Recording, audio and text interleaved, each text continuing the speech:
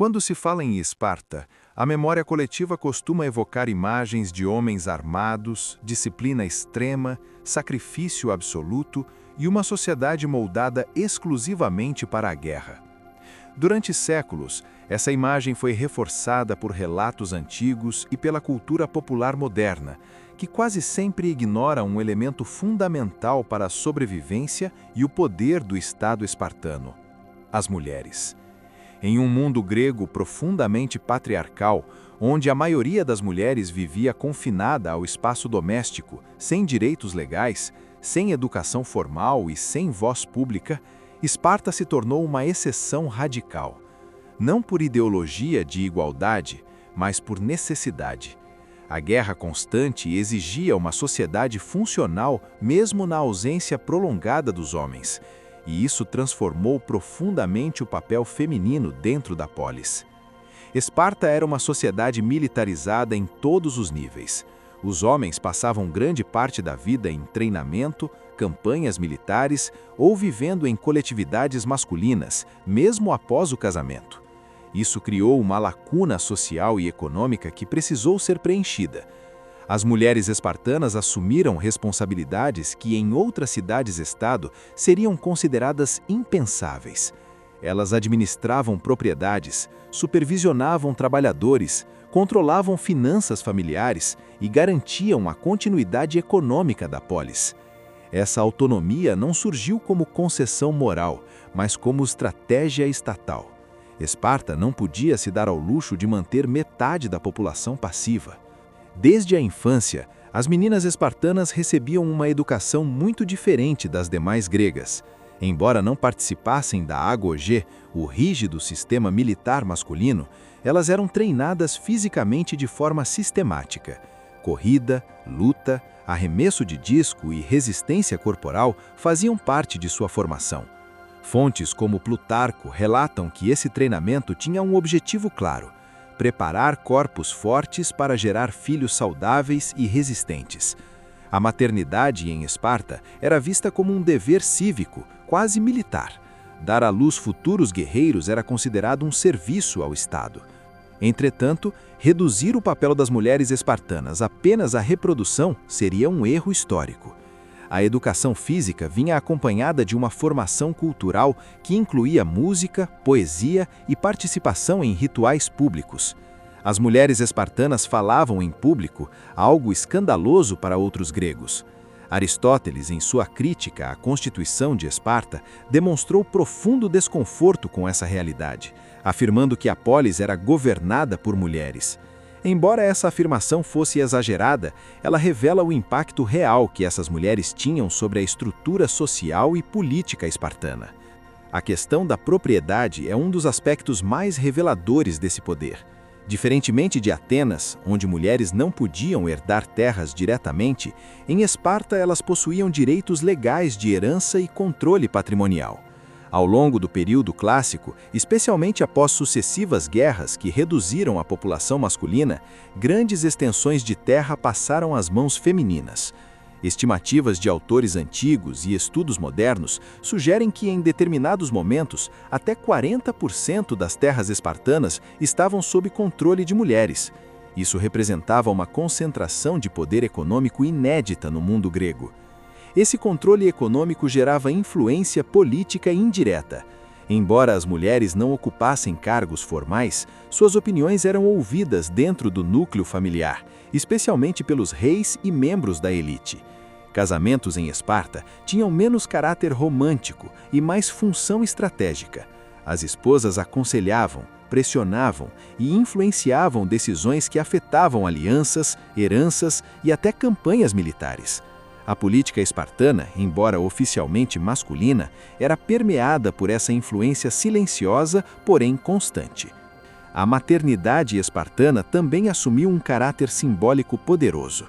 As mulheres eram responsáveis por inculcar nos filhos os valores centrais da polis: disciplina, obediência, coragem e desprezo pela fraqueza. A famosa frase "volte com seu escudo" ou "sobre ele", frequentemente atribuída às mães espartanas, não deve ser interpretada apenas como crueldade ou frieza emocional.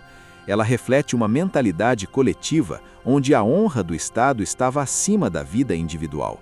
Perder o escudo significava fugir da batalha, algo considerado mais vergonhoso do que a morte. Relatos antigos descrevem mulheres que celebravam a morte honrosa de seus filhos em combate, enquanto desprezavam aqueles que retornavam derrotados.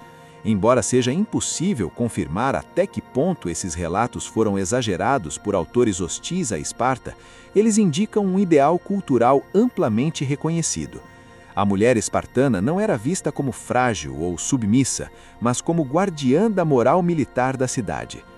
A sexualidade e o casamento em Esparta também diferiam significativamente do restante da Grécia.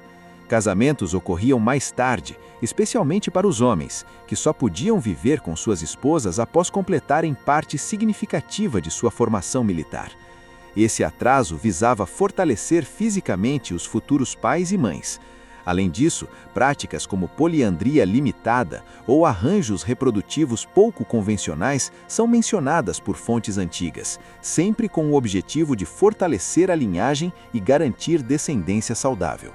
Embora esses relatos sejam debatidos entre historiadores, eles reforçam a ideia de que Esparta tratava a reprodução como um assunto de Estado, não apenas familiar.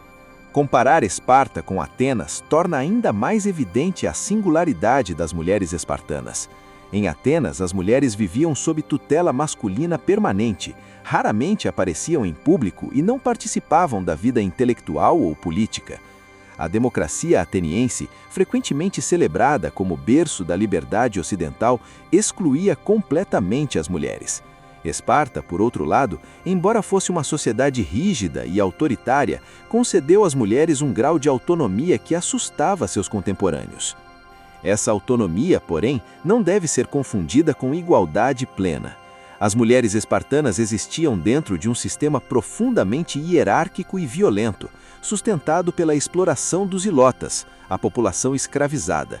O conforto material e a liberdade relativa das cidadãs espartanas só eram possíveis graças ao trabalho forçado desses grupos subjugados. Assim, o poder feminino em Esparta coexistia com uma estrutura de opressão mais ampla, um aspecto que não pode ser ignorado em uma análise histórica honesta. Com o declínio de Esparta após o século IV a.C., especialmente após a derrota para Tebas na Batalha de Leuctra, a estrutura social da polis começou a ruir. O desaparecimento do número de cidadãos, a concentração excessiva de terras e a perda de influência militar enfraqueceram o Estado. Mesmo assim, o legado das mulheres espartanas permaneceu como um elemento desconfortável para historiadores antigos e modernos. Elas não se encaixavam nos modelos tradicionais de feminilidade grega e por isso muitas vezes foram caricaturadas, criticadas ou simplesmente apagadas dos registros. Diferentemente das Amazonas, figuras mitológicas que simbolizavam o medo masculino da mulher guerreira, as espartanas eram reais. Elas não lutavam nas linhas de frente, mas exerciam um poder estrutural que sustentava uma das sociedades mais temidas da antiguidade. Talvez por isso sua história tenha sido diluída ao longo do tempo. Reconhecer sua importância significa admitir que o poder não se manifesta apenas pela espada, mas também pela educação, pela economia e pela formação ideológica de gerações inteiras. Ao analisar Esparta sob essa perspectiva, torna-se impossível separar sua força militar da influência feminina. A polis não foi construída apenas por hoplitas disciplinados, mas por mulheres que administraram, educaram, influenciaram e sustentaram o Estado em silêncio estratégico. Elas não precisaram ocupar o campo de batalha para serem guerreiras. Sua luta foi cotidiana, estrutural e profundamente eficaz. No fim, a história das mulheres espartanas nos obriga a rever conceitos simplificados sobre poder, gênero e guerra na antiguidade. Elas não foram exceções isoladas, mas pilares de um sistema inteiro.